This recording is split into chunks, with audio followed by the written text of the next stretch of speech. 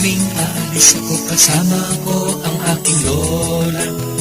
Dala-dala'y arinola. Tinawagan ako ng syota ko, mag-lunch daw kami at isama ko rin daw ang aking lola. Paano na ang arinola? Ang arinola ng lola.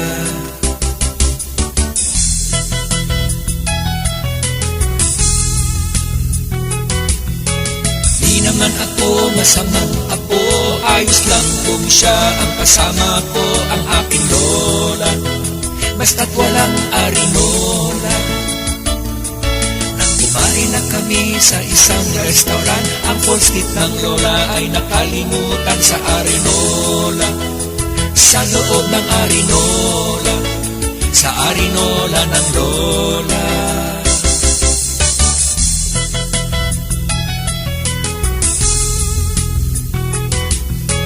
Di ko alam kung anong dahilan, kung ba't bitbit niya ito kahit saan.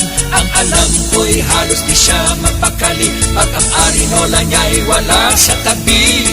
Isang gabi na kami ay pauwi, ang lola'y nabundol ng isang jeep. Ang arinola, tumalbog ang arinola, kasama ang aking lola.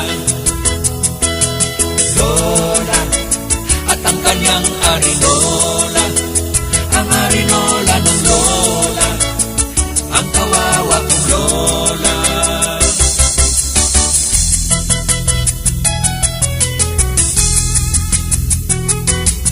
Napagulong siya at tumihaya, ako'y nataranta, halos walang magawa. Biglang tumayo at napaniti, huwag mo nang hayaan nang mawala. Patamputin mo na at ibigay na ang aking arinola. Ang sabi ng lola, akin itong ikinatuwa, dahil ang lola ko'y walang gasgas. Swerte ang lola, dahil kaya sa arinola. Kaya ako'y napilitang magtanong, ba't mahalaga ang arinolang yon? Mahiwaga daw ito, yan ang sabi niya. Bila na raw ito sa lola niya. Kaya ako ay natawanan lang sa kalokohan ng lola kong yan sa arinola.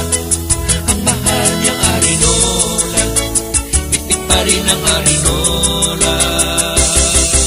Arinola, mahiwagang arinola, ang arinola ng lola. Arinola, mahiwagang